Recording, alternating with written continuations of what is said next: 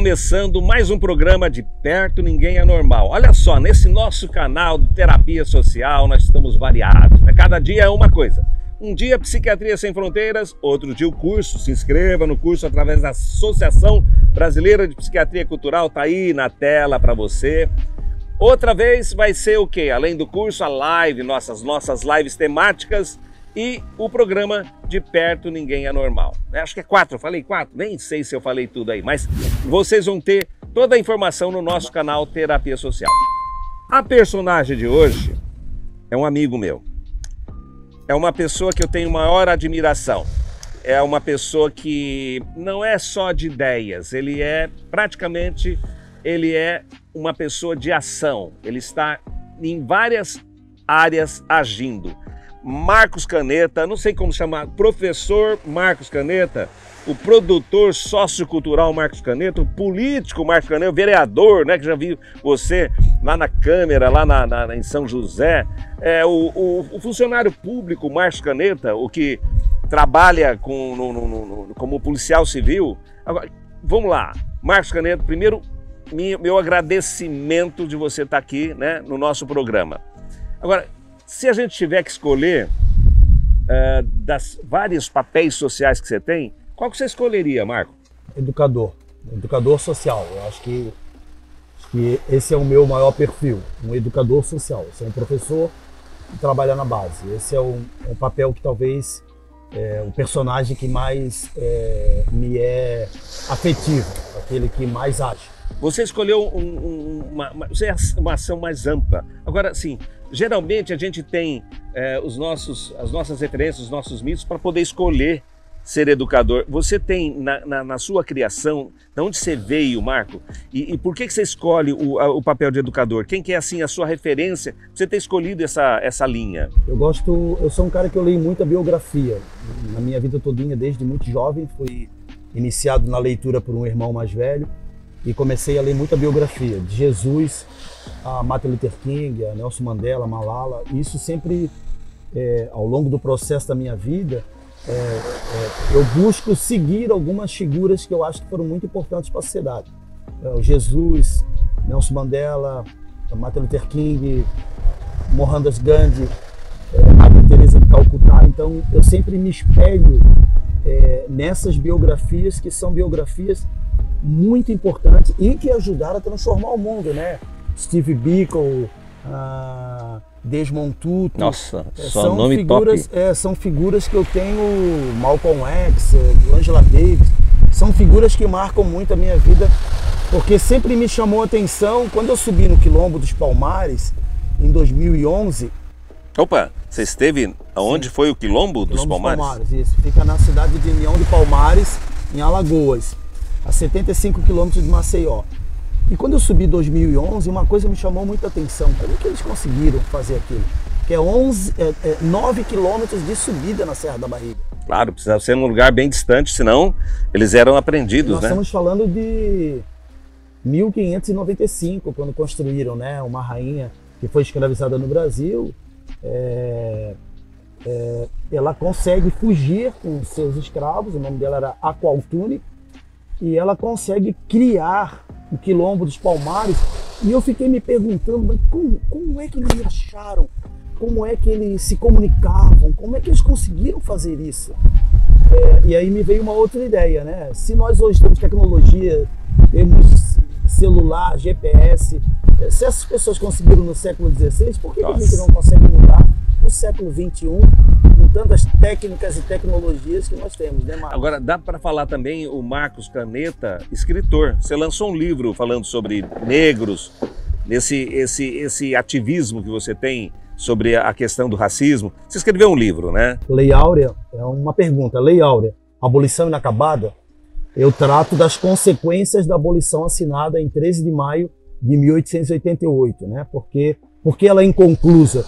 Porque ela não garantiu aos ex-escravizados nenhum lugar na sociedade, né? Nós tivemos a República logo em seguida, e a República ela não traz para dentro da sociedade aqueles que em 370 anos conseguiram construir toda a economia brasileira e que não levaram nada para a sua vida. Então, quando você tem a abolição da escravidão, A pergunta que se tem no dia 14 de maio de 1888 é: vamos morar onde?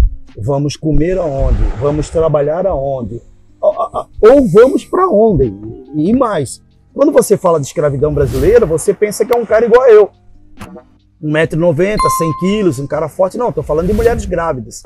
Estou falando de idosos, de pessoas com problemas mentais, de pessoas com problemas físicos. Eu estou falando de crianças que foram abandonadas à própria sorte. Não houve um planejamento político, econômico e social para incluir o negro, os descendentes de africanos e os africanos, nessa nova economia que se desenhava agora numa república livre. Então os negros se tornaram livres do ponto de vista jurídico, mas não foram incluídos na economia que se desenhava com a construção da república. E hoje, 134 anos depois da assinatura da Lei Áurea, nós somos 100 milhões de negros no Brasil, mas somos a parte mais pobre do Brasil. Dos 100 milhões de negros brasileiros, nós somamos 68% dos pobres e miseráveis. O psiquiatra, ele sabe bem o que é sair de um hospital estigmatizado e você vai para a sociedade. Ou o prisioneiro, né? Ele vai, e aí eu sou escravo, eu sou preto, eu sou negro, eu saio e de repente todo aquele planejamento não tinha o estigma. Que você vai dar um cargo de chefia para alguém que até ontem era seu escravo. Então, até se desenvolver linhas para que os negros pudessem ir para a escola. Você pega a primeira Constituição de 1824, não garante ao negro educação. Você pega a Constituição da República, 1889, não garante ao negro educação. O negro não aparece em nenhuma das duas Constituições brasileiras desse período.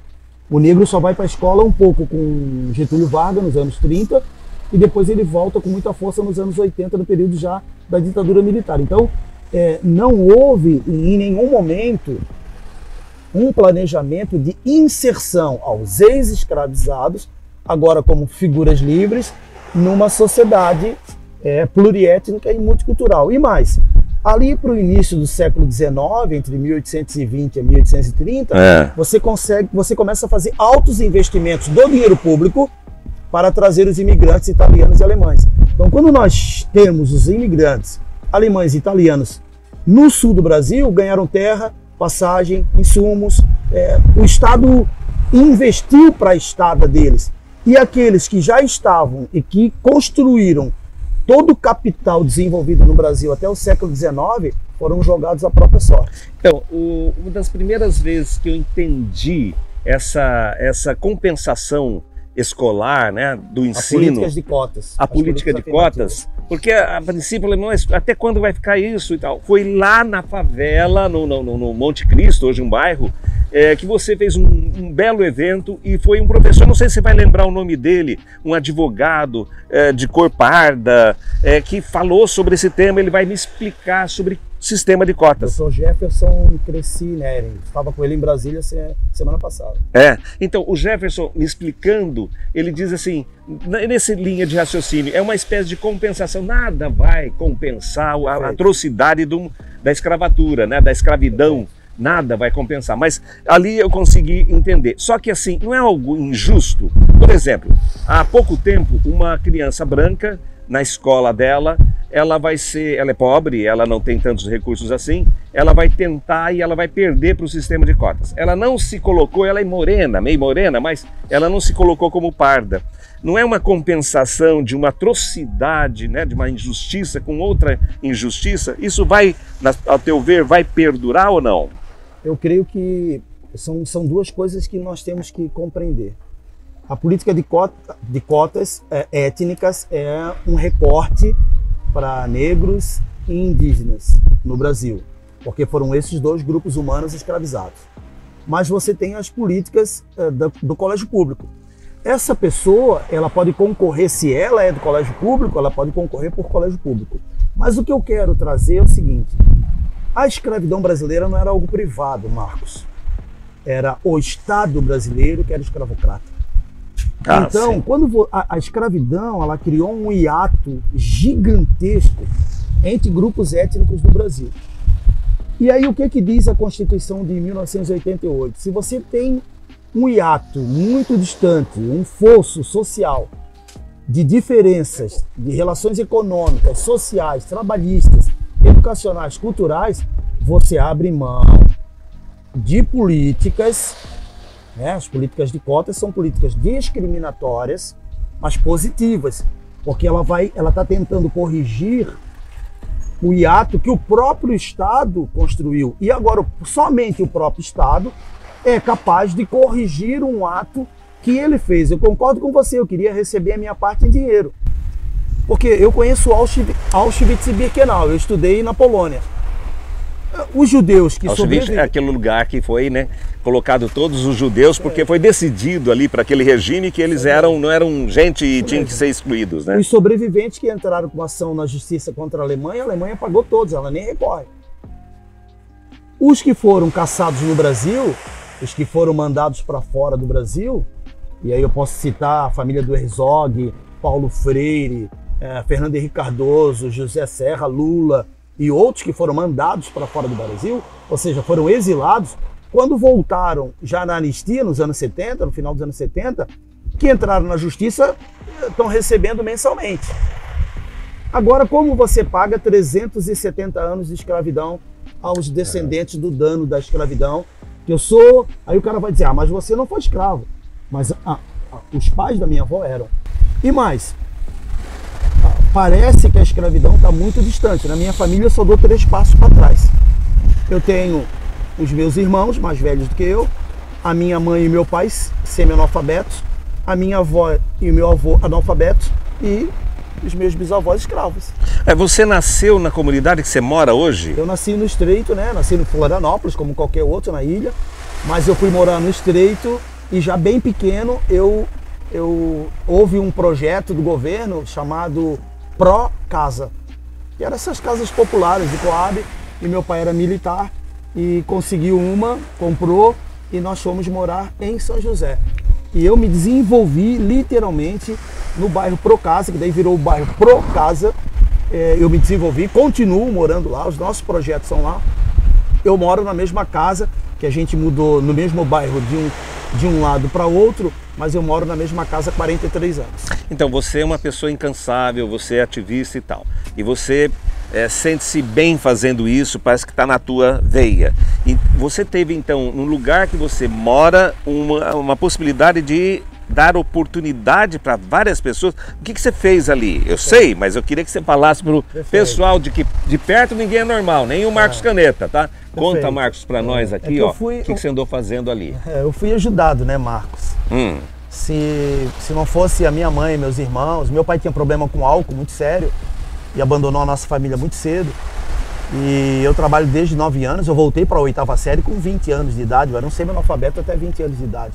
Hoje eu tenho 4 títulos de nível superior, tenho o título de mestre e meu doutorado também é na Europa. Então, eu fui ajudado, eu acho que isso é o que mais me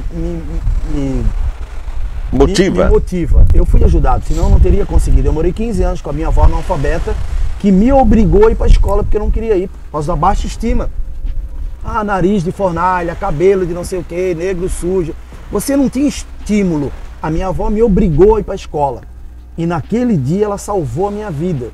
Então eu estou há 33 anos no Instituto Liberdade, seguindo os passos da minha avó. Ou seja, é como se fosse a minha terapia. Okay? É uma terapia social mesmo. Porque foi esse trabalho que me tirou o vício do álcool, que eu também bebia. Eu nunca fumei, nunca usei droga. Me manteve na escola, me deu a condição de ter autoestima, de me sentir inteligente, belo, de me sentir um cara capaz. Essa terapia social que eu trago nas veias da minha avó. E aí aprendi dentro, eu sou um sacerdote de Umbanda, eu sou como se fosse um pastor ou um padre. E foi na minha religião daí que há 25 anos que eu aprendi o que é ancestralidade. Então, quando eu olho para trás, desde os tumbeiros até os grandes povos, como o Ashanti, que é um povo africano, de luta, guerreiros, eu aprendi que se aquele pessoal não tivesse guerreado, se aquele pessoal não tivesse fugido, se aquele pessoal não tivesse construído os quilombos, se aquele pessoal não tivesse mantido as nossas tradições, eu não seria o que sou. Então, é um respeito também a todos aqueles que, quase 6 milhões de pessoas que foram escravizadas no Brasil, que vieram do continente africano. Então, isso é um compromisso ancestral. E na veia, minha avó, ela me ensinou que essa corrente do bem, você tem que fazer a sua parte. E quanto mais lúcido eu estou, mais forte é o meu trabalho. Porque daí eu consigo atingir centenas e milhares de pessoas, que é o que a gente está fazendo. É o que o Brasil precisa, é que a sociedade, o planeta inteiro precisa de pessoas, né, incentivando, dando oportunidade para outros. A sociedade fica não totalmente justa, mas fica um pouquinho melhor, né? Agora, olha só, Marcos Caneta é um rapaz bonitinho, veste-se bonitinho. Inclusive, Rei, dá um look aí, ó. Não é pijama não, é a minha calcinha aqui nova, ó o look, ó. Essa calça tá mais para mim do que para ele. Aí, ó. Vá que eu saio daqui com ela no carro. Homenagem ao professor Marcos Caneta, porque você sempre se vestiu assim de uma forma estilosa. Só vendo isso pra aí... minha calça e meu chinelo já dá pra ver que o negócio é nervoso, né? E essa coisa nervosa, esse jeito estiloso assim, onde que você tira? Porque no começo, quando eu te perguntei sobre qual foi a sua inspiração para ser o educador, eu tenho em casa meu pai e minha mãe, né? É a inspiração direta, né? Você pegou né, estrelas assim incomparáveis, né? Mas assim, e o estilo de vestido Marcos Caneta? Eu sou panafricano, né? Eu sou um cara que traduz a sua vida pelo panafricanismo. O panafricanismo é a luta dos negros da diáspora de que a sociedade reconheça que nós somos o berço da sociedade humana. A África é o berço da civilização humana. Então, a filosofia, ela nasce na África, como a arquitetura, a medicina, as construções. E nós estamos falando de sociedades 4.000 anos antes de Cristo. Nós estamos falando do Egito, nós estamos falando da Etiópia, nós estamos falando de Gana. Então, esse berço da sociedade humana é que constrói inúmeras questões. Tales de Mileto estudou no Egito. Aristóteles estudou no Egito. Então, uau. Jesus, pequeno, quando Maria e José fogem de Herodes, eles fogem para o Egito. Porque o Egito era a maior concentração de desenvolvimento técnico e científico da humanidade naquele período. Opa, chegou no lugar que talvez o berço do Homo sapiens aí, né, da humanidade, era também uma referência para o conhecimento. Perfeitamente. Não esquece de Alexandria também, sim, né? Sim. Mas o Alexandre o Grande é depois. Foi depois. Nós estamos falando de 4.000 anos antes de Cristo, Marcos. Nossa, nem tinha nascido. Né? Já há estudos científicos que dizem. Outro dia eu estava dando um curso para 3.000 professores de Joinville e ele me perguntou, professor, como é que eu vou usar a lei 10.639, que é uma lei que obriga a inclusão de conteúdos afro-brasileiros, africanos e afro-indígenas, que é 11.645/08, dentro dos conteúdos de educação, do ensino fundamental, médio. Mas como que eu vou usar isso na matemática? Daí eu perguntei para ele uma coisa simples. Aí ele botou as duas mãos na cabeça quando eu respondi e ficou me olhando. Disse assim, você já percebeu as pirâmides do Egito? Sim, é possível você construir as pirâmides do Egito sem geometria, sem questões físicas e sem questões matemáticas? Você consegue sustentar pedras de 1 tonelada sobre outras sem fazer cálculos? Daí ele botou as duas mãos na cabeça e disse, meu Deus, não professor. Tem jeito, Então nós estamos falando de uma geração que construiu a escrita, Marcos. Né, que construiu desenvolvimentos matemáticos muito profundos. O conhecimento, ele constrói a sociedade, dá um certo conforto. Olha só a estrutura que nós estamos aqui. Não, mas a tecnologia que está captando, nós só estamos fazendo o programa de hoje com aparelhos celulares. Depois você vai saber mais, a gente vai fazer uma pequena matéria só sobre esse tema, só aparelho celular. Então, o conhecimento ajuda, mas o conhecimento também deveria humanizar. Perfeito. Seria legal que a gente respeitasse mais as diversidades, as diferenças das pessoas. Esse é o programa De Perto Ninguém é Normal, aqui no canal Terapia Social. Daqui a pouquinho, Caneta, daqui a pouquinho nós vamos ter o chefe Mário servindo alguma coisa, porque ninguém é de ferro. Tá cheirando, ó. Vamos ver o que o chefe Mário, que está estreando no nosso espaço aqui hoje, vai servir pra gente. Ô Marcos Caneta, por que caneta? Caneta é porque... Por quê? Escrever. Você gosta de escrever? É isso?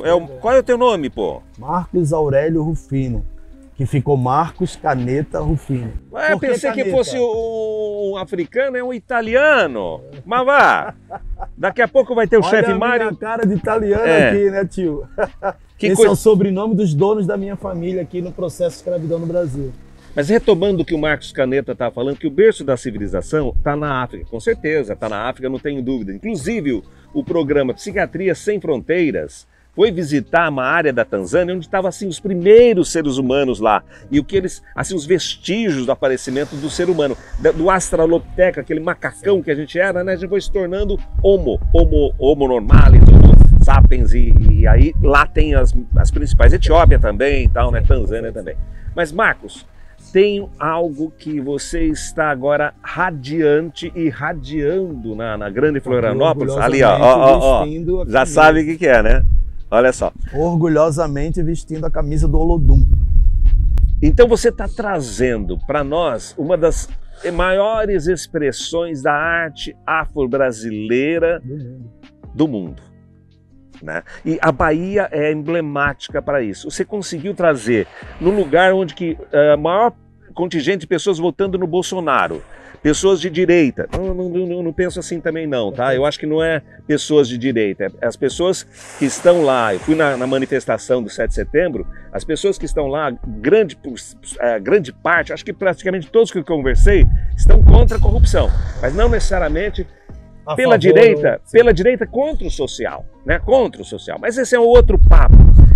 Em Santa Catarina você consegue trazer uma coisa de negro, de África. O que é isso? Conta para nós. Realmente, isso é bem emblemático que você me fala. Eu tive reunião agora em Brasília com o embaixador da África do Sul e com o embaixador de Angola, e eles me falavam isso, né? Como consegue trazer a maior expressão negra para uma capital que é do eurocentrismo, né, do país, né? O Sul é a parte mais branca do Brasil. Em Santa Catarina nós somos 14% da população. Mas nós, os negros ou pardos, negros e pardos, né, são a minoria. Tá. A minoria de 7 milhões e meio de pessoas, nós devemos ser 1 milhão e 300 mil pessoas. Há lugares que, se passar, é extraterrestre. Ou seja, nós vamos colorir Santa Catarina com essa... Isso é um projeto só ou ele vai ser realizado? Ele já está em funcionamento, né, Marcos? A escola do Olodum, ela está estabelecida, e eu quero até agradecer aqui o prefeito Jean Loureiro, o ex-secretário da Secretaria do Continente, Edinho Lemos, porque foram os meus parceiros na consolidação de um termo de cessão de uso por 20 anos do terminal desativado e abandonado, que era um terminal de ônibus, no Jardim Atlântico, na PC3, e que já está totalmente reformado, está bem bonito, a creche já está funcionando. Nossa, no próximo mês a gente vai ter novidades? Se Deus quiser, 20 de novembro, Dia da Consciência Negra, nós devemos inaugurar toda a escola do Olodum, que trabalhará com teatro, música, dança, percussão, cidadania, com saúde, com terapias, e vai atender, Marcos, que é o que mais importa, em média 800 jovens, todos de área de risco social, de áreas muito pobres da Grande Florianópolis, e à noite com EJA, com cursos profissionalizantes e com cursos pré-vestibular de 15 anos a adulto. Então nós temos creche de 3 a 6, a escola de 6 a 14 e à noite de 15 até adulto. Nós vamos estar a parceria com o Senai, com o SESI, com a OAB Cidadã. Quer dizer, o projeto Olodum não é só dança, não é só atabaque, não é só... Também vai ter, mas é uma percussão cidadã, é a formação humana, é o desenvolvimento da pessoa, a introspecção. Ela precisa saber quem ela é, quais são os seus potenciais, para que ela possa se desenvolver enquanto gente. Porque nas periferias, pela falta de investimento público, pelo abandono estatal, você tem um alto índice de gravidez na adolescência, um alto índice de evasão escolar e, infelizmente, também um alto índice de violência, chegando ao ponto de nós termos, dentro de algumas comunidades, o PCC, que é o primeiro comando da capital, e o PGC, que é o primeiro grupamento da capital, que já são organizações ilícitas, né? Organizações muito violentas, que estão, infelizmente, dentro das nossas comunidades, corrompendo a juventude, corroendo a juventude por dentro e usando muitos jovens para o tráfico de droga, para o furto, para cometimento de crimes, desde o crime do furto ao assassinato. Então, a escola ela vem para ser um contraponto, um contrapeso. Nós vamos tirar esse jovem lá da comunidade para dar a chance dele ter novas percepções e colocá-lo na escola por 2 anos. no contraturno escolar. Professor Marcos Caneta aqui no programa De Perto Ninguém é Normal, ele muito menos, né? Nunca vai ser normal com esse exotismo seu voltado à sociedade. Agora, veja só, olha só como a questão de raciocínio também. Nós fomos agora para um presídio em Porto Velho e mostramos um trabalho maravilhoso, Marcos, impressionante. Eles tratam com respeito, mesmo que aquelas pessoas que cometeram os seus piores crimes que poderiam cometer, eles nunca vão conseguir pagar, mas tem uma área lá de respeito, de recuperação, técnicas lá das mais variadas. Mas entre eu esperar aquela pessoa, aquela criança, aquele cidadão cometer um crime, vocês estão fazendo algo preventivo, né? Vocês estão trazendo algo que a sociedade catarinense, mesmo sendo uma das mais desenvolvidas do país, também precisa, né? Sim, precisa, porque nós temos, Marcos, um dado que é muito interessante a gente pensar, você que é um médico psiquiatra. Nós temos um dos maiores IDHs do Brasil, o Índice de Desenvolvimento Humano, nosso mais de 7. Só que nós estamos entre o primeiro, segundo e terceiro, oscila, de misoginia, de atos de violência contra mulheres.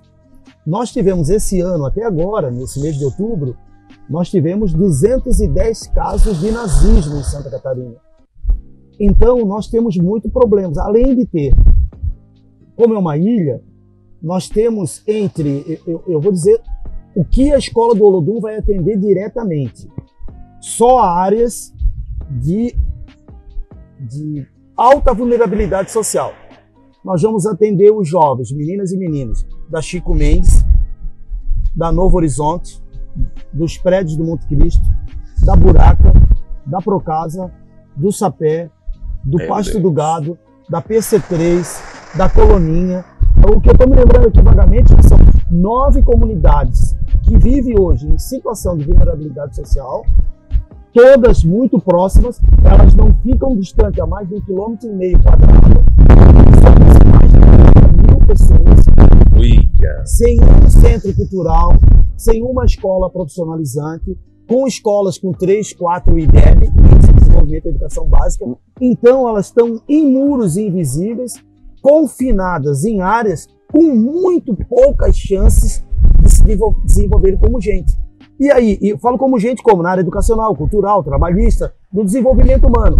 E isso gera uma bomba de violência e também de custo para o Estado, porque serão jovens infratores, serão adultos em uma parte infratores, as meninas ficarão grávidas mais rápido, os meninos. Então, a grande sacada de não permitir que se chegue a esse ponto, que um preso hoje para a gente custa R$2.500.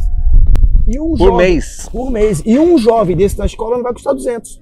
Nossa Senhora. Até a questão conta, né? Até a questão matemática. Um preso por mês, eu pago 2 jovens por ano na escola do Olodum. Então não é mais fácil você dar condição humana para que as pessoas se desenvolvam para o mercado de trabalho, para o mercado cultural, para o mercado social. Por quê? Porque a sua vida e da sua família está em risco. Porque daqui a pouco, Marcos, nós teremos uma guerra dos que têm contra os que não têm. Então você também não está livre de passar com o seu carro numa sinaleira e 2, 3 jovens com uma moto botar uma pistola na sua cabeça. Então nós não precisamos chegar nesse ponto que chegou São Paulo, que chegou Rio de Janeiro, Recife, que chegou Rio Grande do Sul, que chegou Salvador, que chegou Alagoas, que morrem mais de 30 no final de semana assassinados. Nós estamos aqui no Sul, nós temos por questão cultural morte por suicídio. No Setembro Amarelo nós falamos, né, a gente fez uma campanha, a Associação Brasileira de Psiquiatria faz essa campanha muito bem, por sinal. Só que olha só, imagina 2 índices, né? O índice alto de homicídio, que o Brasil é um dos piores países ainda do mundo, né? E juntando com o índice de suicídio, né? Imagina. Marcos, no viés político, a política é o que faz com que as sociedades, né, se posicionem e tudo mais. Nós vemos o mundo hoje em polarização. Nós vemos também, assim, está até chato, na minha ouvir está até chato. Eu acho até o brasileiro está mais consciente na hora de se colocar, se posicionar na política.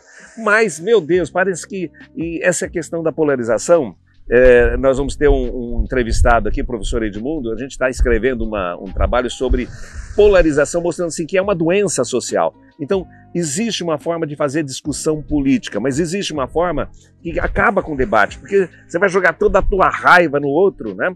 E você está falando, na verdade, eu estou traduzindo o que você está falando, de dar oportunidade para o outro, é um ato de amor. É um ato de ver a qualidade do outro, a parte boa do outro. Porque ver a parte ruim do outro, falar, ele é gordo, ele é magro, ele é preto, ele é comunista, ele é... Então, como é que é o seu posicionamento político? O Marcos Caneto vai voltar a ser vereador? O que você vai, assim, quais essas pretensões do Marcos? Bom, Marcos, eu fui vereador suplente por 2 vezes, eu assumi a Câmara por 2 vezes, fui secretário de Cultura e Turismo, né? Fui adjunto, depois fui titular, fui assessor do governador, fui assessor do deputado. Eu vejo que a política ainda, para indivíduos que pensam e agem dentro das comunidades como eu, ainda é algo muito equidistante para que eles nos percebam como pessoas, como gentes de direito. Então há um embate muito grande das minhas ideias contra grupos que são representativos de outros interesses dentro da máquina pública. O que nós discutimos na política, Marcos? A política é algo estatal, pertence às pessoas. Então, o indivíduo não pode tomar decisões que sejam individuais ou de grupos fechados. Porque o mesmo grupo que não tem nenhum investimento nas áreas marginalizadas da cidade, ele é o mesmo que ficou 33 anos gastando dinheiro na Ponte Hercílio Luz. São os mesmos que investiram 33 milhões em respiradores que não chegaram na maior pandemia da história da humanidade. Então, quando você toma uma decisão que você não pensa a coletividade, que você é um agente público que está exercendo uma função pública e que você precisa pensar a coletividade, você aumenta o fosso da desigualdade. Por quê? Porque serão investidos de novo nas classes mais abastadas da sociedade. E esse grupo aqui, que eu não só trabalho, eu pertenço a esse grupo de pobres, trabalhadores, de gente que vive na periferia, e que você só tem instrumentos públicos, em sua maioria, que são os agentes de força de repressão. Então, qual é o maior serviço do Estado que tem na Chico Mendes, na Novo Horizonte ou lá no meu bairro, na Procasa? É a polícia. Ai, meu Deus.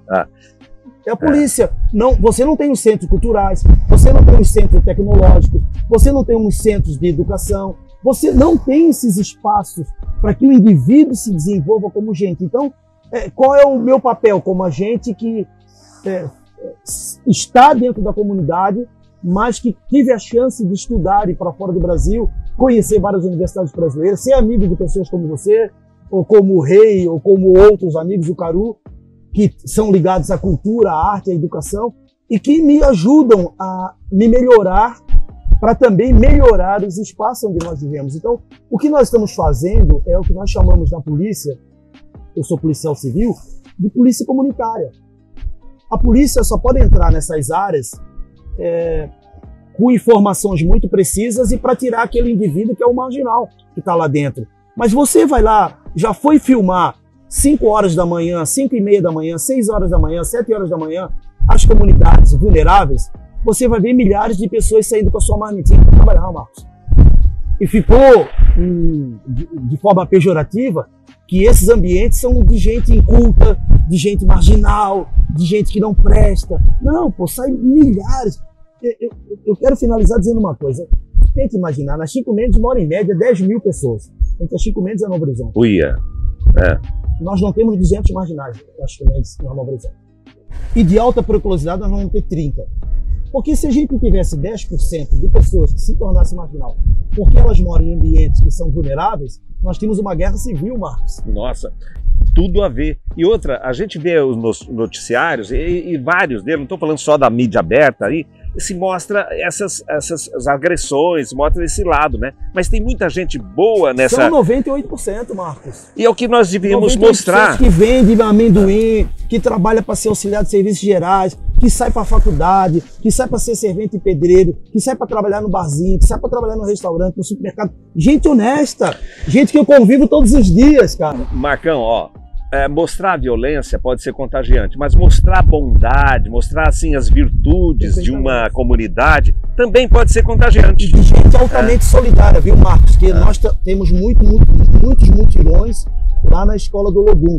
Gente solidária, gente que, como eu, abre mão do seu final de semana para estar carregando saco de cimento lá na escola do Olodum, quebrando parede. Por quê? Porque ela sabe que aquilo vai beneficiar não só o filho dela, mas o filho do vizinho, o filho de uma outra pessoa. Eu acho que é essa amálgama humana, Marcos. E no final, é aquilo que eu te falava antes, né? O projeto do Olodum é uma grande terapia social, porque ali eu vou potencializar o indivíduo que tem potencialidades, mas que ele não se reconhece, porque onde ele está, ninguém pensou suas potencialidades. Então lá daqui a pouco ele vai ser um puta de um ator, vai ser um músico, vai ser um professor, vai ser um médico. Lá nós vamos perceber as suas potencialidades. Que bonito isso, ó. E o programa, né, nosso espaço de terapia social vai estar sempre mostrando. Opa, chegou o CEP Mário, meu Deus, finalmente, morrendo de fome. Tô aqui morrendo de fome, hein, Mário? Mas viu, o nosso espaço de terapia social vai mostrar a programação de vocês. Nós só queremos, né, que o pessoal acompanhe. Agora senti firmeza. Olha já não aí. Vou sair mais daqui, Marcos. Mas Mário, mas que você tem? Chefe Mário, olha que bonito. Isso é coisa. O que é isso, chefe Mário? Explica pra nós aí, ó. Para esse papo cultural, a gente pensou o quê? Trazer um traço também da cultura. Cultura brasileira. Então, uma comida de boteco, tá? Pastel de carne com ovos, uma polenta com parmesão, provolone à milanesa, um frango com bacon. E, é claro, uma caipirinha de cachaça. Ó, o Caneta, o doutor aqui, o professor Marcos Caneta, não pode beber. Ele já determinou que ele não bebe. Você quer tomar alguma coisinha? Leite? A gozação. Olha como é que é a gozação dos alcoólicos aqui, ó. Não, tem aí algumas outras coisas. Tem algum suco, não sei, tem Sprite. Vamos trazer alguma coisa para você, não. Tem água com gás. Vou tomar suco. Mas... Parabéns, Gilmário. Muito bonito. A gente come só com os aqui, olhos, ó, a beleza plástica olha do só, prato. Rei, ó, até chefe Mário tá escrito aqui, ó. Olha só, ó, olha aí, ó. A beleza plástica do prato, né? Ficou muito bonito essa Pode desmanchar? Claro, pode. É pra isso, aproveita. Delícia. Isso aqui é a polenta. Isso aqui é uma delícia. O que é esse aqui, Mário? Esse é o provolone milanesa. Tá bom. É isso aí, agora bebendo e comendo aqui, ó, duvido que eu vou conseguir fazer um programa. E eu queria fazer um convite a você e ao seu programa. A nossa ideia também de vir nessa entrevista é de propor uma parceria com a terapia social dentro da Escola do Olodum. Eu acho que esse programa e todo o trabalho que você faz com médicos e médicas que são psiquiatras e que trabalham na terapia social, porque também acreditam que é possível você ter uma terapia sem medicação, eu acho que tem tudo a ver com a escola. E a escola nós vamos ter uma área muito forte de psicologia e de assistência social. Eu acho que a terapia social com psiquiatras seria um lugar, assim, muito importante para a gente poder proteger e melhorar a vida de pais, mães e alunos dentro da escola. Seria um prazer, a gente vai conversar mais, mas dentro de um hospital público chamado Hospital da Polícia Militar, nós temos 3 ambientes lá, no HPM, onde as pessoas têm a chance de fazer as suas terapias. Chamamos de terapia social, ligada às escolas, né? A CESUS, que é uma delas, a Unisul. Talvez é um convênio, né? E aí a gente faz uma composição onde aquela equipe... isso eu preparo com o maior prazer para você. Seria muito bacana. Nós faremos uma terapia social, uma vez pelo menos por semana, para começar, né, Marco? Ali, com toda a supervisão do meu consultório, isso é tranquilo. Isso é promessa, hein? Ó, promessa pública. Daqui a pouco ele pega no pé, promessa pública. Mais uma vitória pra gente da Escola do Olodum, isso é muito importante. Nós temos também em novembro, agora, no mês que vem, no dia 19, o 29º projeto Destaques da Raça Negra, que é um prêmio anual que nós entregamos para homens e mulheres que sejam asiáticos, brancos, negros, indígenas, que trabalhem em direção aos direitos humanos, a luta antirracista, antimisógina, anti-homofóbica e a luta por proteção ambiental, por direitos humanos inclusivos. Serão 15 homenageados na Casa Alto Lagoa, dia 19 de novembro. Teremos jantar, teremos música, teremos arte, teremos exposição, teremos apresentação de sax, de bailarinos, teremos um ambiente muito bacana do ponto de vista cultural, no dia 19 de novembro, a partir das 20 horas, na Casa Alto Lagoa, muito obrigado, Mário, que fica no Morro da Lagoa da Conceição, na frente do Mirante. O lugar não é lindo, o lugar é maravilhoso, porque você vê toda a Lagoa da Conceição lá de cima, tudo de vidro, a comida que está sendo preparada de alto nível, para que a gente tenha uma noite, realmente uma noite para 200 convidados, ainda em decorrência do protocolo de Covid, mas será uma noite que vai ficar marcado na história de Santa Catarina. 29º projeto Destaques da Raça Negra. Vai lá, prestigie. É isso aí, pessoal. Esse é o programa, então, De Perto Ninguém é Normal. Vocês viram, né? Eu provei isso. E vocês estão vendo o banner aí. Vamos prestigiar também essa iniciativa maravilhosa aí do nosso amigo professor Marcos Caneta. Obrigado, Marcos Caneta. Obrigado, Rei. Obrigado, Deco. Muito obrigado. Pessoal, então, encerrando o programa de hoje, mas se inscreva no canal. E outra, quem quer participar do curso, entra pela Associação Brasileira de Psiquiatria Cultural. Estão vendo aí, abe.org.br. Se inscrevam no nosso canal, vocês ajudam a gente, dão um cliquezinho, um sininho lá para avisar quando a gente está postando. Sempre quinta-feira. Quinta-feira, 8h30 da noite, é nosso momento. É o momento que a gente passa todos esses programas, inclusive o De Perto Ninguém é Normal.